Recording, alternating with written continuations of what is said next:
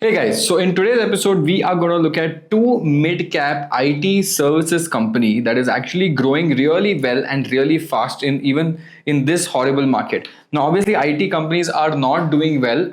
It is more like a contra pick right now. But we are also seeing that two companies are both from the fundamental standpoint and technical standpoint are actually doing very well. So let's quickly, without wasting any more time, let's dive in and look at it very clearly. Now, again, guys, before we get into the video, we have to thank our sponsor for today's video, which is Grow, because we are now a part of Grow Network. And because of that, we are also growing and getting awesome content for all of you guys. So stay tuned. Now, the first company that we're going to look at is a company called First Source Solutions. Okay. Now, see the technical chart first before we go into fundamental. So, First Source has been range bound for a very long period of time. And now it seems like it is going out of this range. And that is where we are seeing some good momentum picking up. This has been in the momentum in the past, okay, and then it went consolidated and started going up again.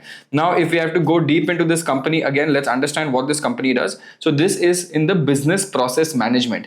Yes, it's a very service oriented business, right? So it is in the business process management company. And look at this, it is also a part of the RP Sanjeev Goenka group. Yes, it's the same guy that you would have seen on TV as the Sanjeev Goenka group. Now this has an entire group, obviously has a turnover of more than 4.4 billion, and it's a big group, professionally managed. They also own companies like Saregama and a lot of other companies as well, right? And recently they have done some strategic acquisitions. They have acquired Asenos Limited for 467 crores, which is again to strengthen the retail and e-commerce BPM, Quintessence Business Solutions for 327 crores, and in the health RCM business. Now let's understand what they basically do. So here are some key deal wins just before we go inside it. So they got a large deal from a leading dental health company in US. They got one of the largest US providers sponsored health plan again. So if you see, constantly they're winning a lot of deals every single quarter, every single year. And these are deal wins of just Q1 FY26, right?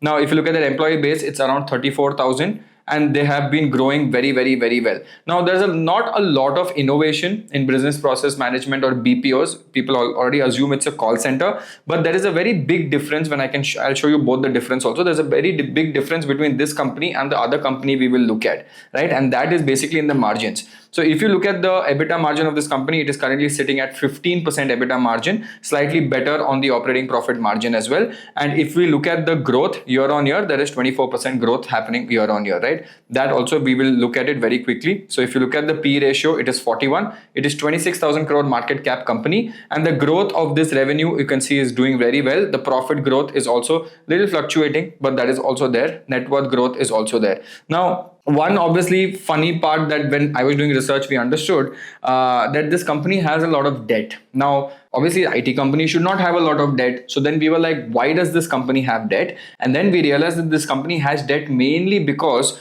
of its acquisitions that it is doing. So these companies are doing very aggressive acquisitions. And a lot of IT companies are doing the same. Like not just this company, we have seen Zaggle also doing acquisition-led growth. We have seen Affle doing acquisition-led growth. So First Source is also in that business where it is doing acquisition-led growth, right? But they are good on a cash flow basis. So there's definitely no problem on a cash flow perspective as such, right? Now, coming back to the report, let me go down and show you the industry analysis. Now, the BPO industry is basically worth around 348 billion. Again, because it is not very unique, it is very common. So anyone in the world can run BPO businesses, right? And they're expecting it to grow at a CAGR of 10%. But there is a big change that is coming in this industry, which is what we will talk about today. Coming down, where is their location-wise breakup? So most of their revenue today comes from USA, and most of their revenue comes from BFSI and healthcare. So USA, BFSI, healthcare. Again, they're tariff exempt, so they have no problem with tariff. If you look at the sales growth, last 5 years only they've been growing. Before that, they had a very stagnant kind of a growth, right? If you look at their operating profit margin, it is currently at 15%. And balance sheet obviously is good, so no need to look at balance sheet. Cash flow analysis is fine. Right now, coming to con-call management, right? So basically, the company has achieved good growth, 25% year on year. Now, they have said that we are now going to start focusing on AI to use them in the business process operations and business process management to reduce our cost of operations. Now, another company in the similar space is actually doing much better than them with respect to margins because they went AI first, whereas this company went people first. So again, this is where now humans and intervention comes in, right? Because now they're reducing humans in the BPO department and they're now focusing on increasing AI, which will increase your margins, increase your revenue, everything becomes better. So from a company standpoint, definitely it's great. But from a job perspective, a lot of people are going to start losing jobs in the BPO market now as well, because AI automation and outcome-based engagement models is now being built, and these are the industry leaders in this space. So that is now changing. They've also started new service model called UN BPO, integrates AI and automation into its offerings, reimagining the traditional BPO model. And that's what, as you can see, most of these models are now revolving around AI. And the other company that we're going to look at next has already started with AI first. So that is why they have a huge advantage over this company, right? The company is invested in infrastructure upgrades, including new delivery centers in Mumbai, Bangalore, Gurgaon. And they're also giving a good dividend because obviously it's a RP Sanjeev Goenka company. They're a very big company, and their guidance they're giving around 13 to 15%. They don't have a very aggressive guidance. First of all, for a BPO company to also get 13 to 15% is pretty okay. It is not bad at all. And as long as they're maintaining their EBITDA margins of 15%, it is actually not bad at all. The company reached $1 billion aspiration 4 quarters in advance, and these are the key growth drivers of that company. As you can see, the client concentration, top 10 companies have 52%, top 5 companies have, it is over here, right? Top 10 companies have 42%, and the top 5 companies have 29% weightage. Client addition is 9. In strategic logos, new logos are 17. That means they are growing with respect to new additions of client. Revenue by geography, again, US is pretty much 68% of it. 30% is coming from Europe, Middle East, and Africa. And most of the revenue is split between BFSI and healthcare, which is again very defensible and long term. So that is not a bad thing at all, right? Revenue in percentage from offshore is increasing QOQ, and onshore is decreasing. That means they're not having people there, they're having people here. So that is basically increasing as well, right? So this is something that is very interesting, and they're going very, very, very aggressive on this, right? Now coming to the next company that we want to look at was E-Clerx. Now look at this company, right? Very interesting. Again, this is a company which is in the same BPM, right? Business process management, Fortune 2000 clients it caters to. The company has this. They have a buyback also done. Again, similar space. But now, if I go here and check E-Clerx, again, if you look at it from both fundamental and technical side, look at the technical element, right? 1 year, 3 year, 5 years. Let's look at this chart. It's just growing, and now it has just broken all-time high, and it is now making a new high right now. So it is again going up. Valuation sitting at 49 right now. The first source was at 41, slightly lower market cap as well. And if you look at the revenue, again, from a yearly perspective, the revenue growth is definitely there. If you look at from a profit perspective, profit growth is definitely there. And here, if I go deeper and understand their EBITDA, you will see they're growing. 1 second, let me go yearly. Yeah, definitely their EBITDA margins also are growing quite aggressively, right?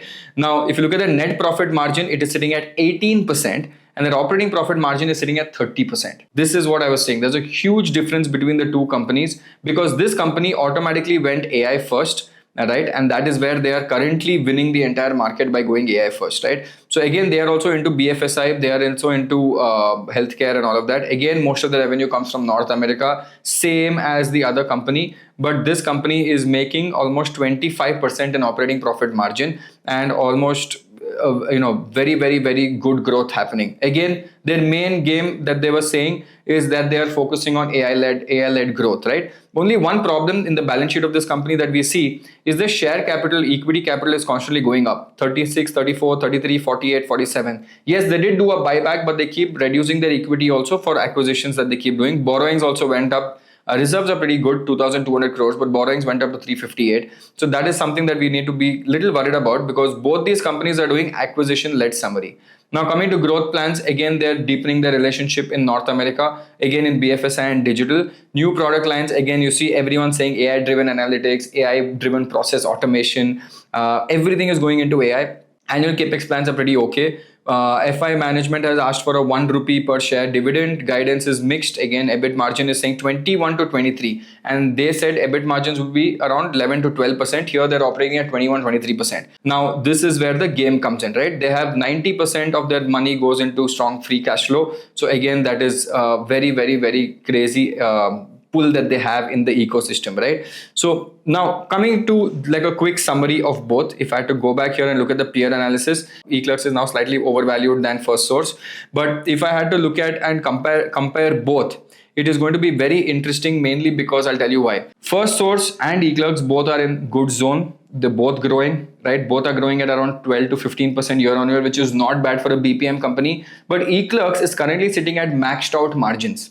They've already used enough AI, they've already expanded, and their margins are peaking out. Whereas First Source is literally half in the margins. if First Source can use the same AI that the competition is using, similar types, and innovate in the next 3 to 4 years, grow their operating profit margins by at least 4-5%, that would add significant amount of bottom line growth, and that stock will grow again faster than, let's say, E-Clerx. If E-Clerx had to grow 10%, assuming everything is same, and First Source gets that extra 2-3% from operating profit margin, then you will see sudden growth happening from there as well. So again, if I look at the reason why I compared both companies are both are good, but First Source has a slight edge now because they can increase their margins, and they will, because they've already spoke about it in the con call. And if that happens, we will see a very good growth coming in. Again, this was it for today's episode. I hope you guys enjoyed it. Also, before we go, I want to thank our sponsor for today's video, that is Grow. So if you have any doubts, any questions about the Grow app or investing, you can definitely check out the link in the description, and you can go and check out the Grow app as well, right? And I hope you guys enjoyed this video, and I hope you guys liked this video. And if you did,